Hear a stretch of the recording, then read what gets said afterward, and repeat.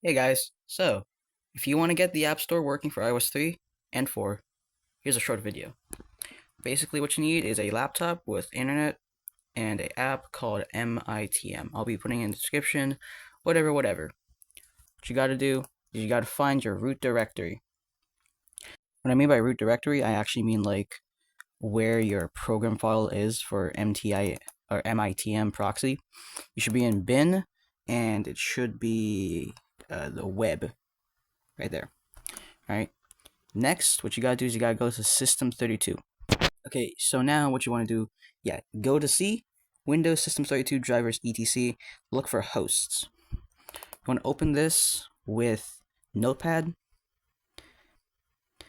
and once it opens, put these things. I'll just put it in editing. Put these lists. So yeah, once you put those right there, it's kind of hard to see, but yeah, you gotta put all those. I'll do all that. You gotta set up your server. So you'll be launching the app, as you can see here.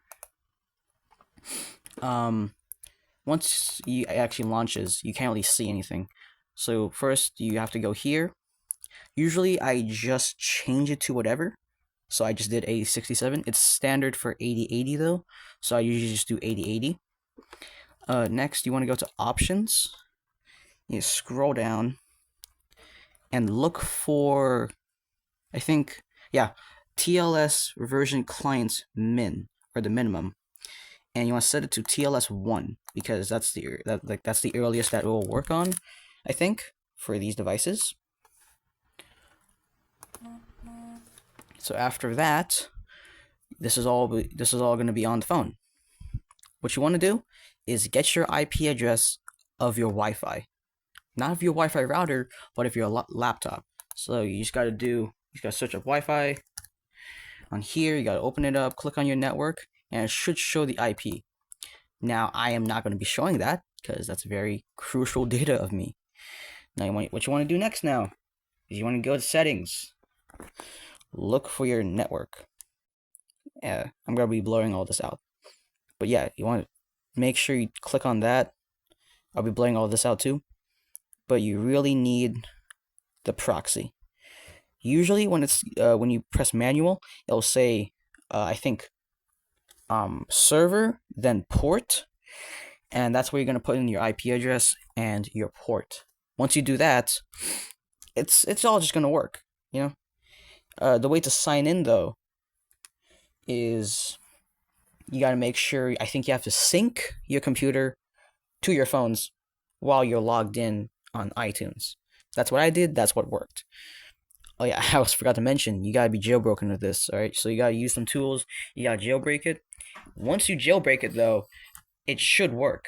I'll put the tweaks right here. Alright, so now, that's basically it. Once you get these tweaks, right? The tweaks I say on the screen, you're basically it. You're basically done. You got everything working, and you could view the App Store. As you can see, it works, but I haven't tried installing apps because I can't figure out what apps work on iOS 4 or even iOS 3. Now, if you're on now this works only for iOS 3, so there 3 to iOS 5.0. I don't know why 5.0, but just 5.0 and not 5.1 because 5.1 just requires a jailbreak and tweaks. Yeah, that's basically it. It's pretty short, pretty easy. Yeah, I'll be censoring some things though because they're pretty, important data to me. So yeah, get your jailbroken, and that's it. Okay, so this is just post editing me. Almost forgot to mention.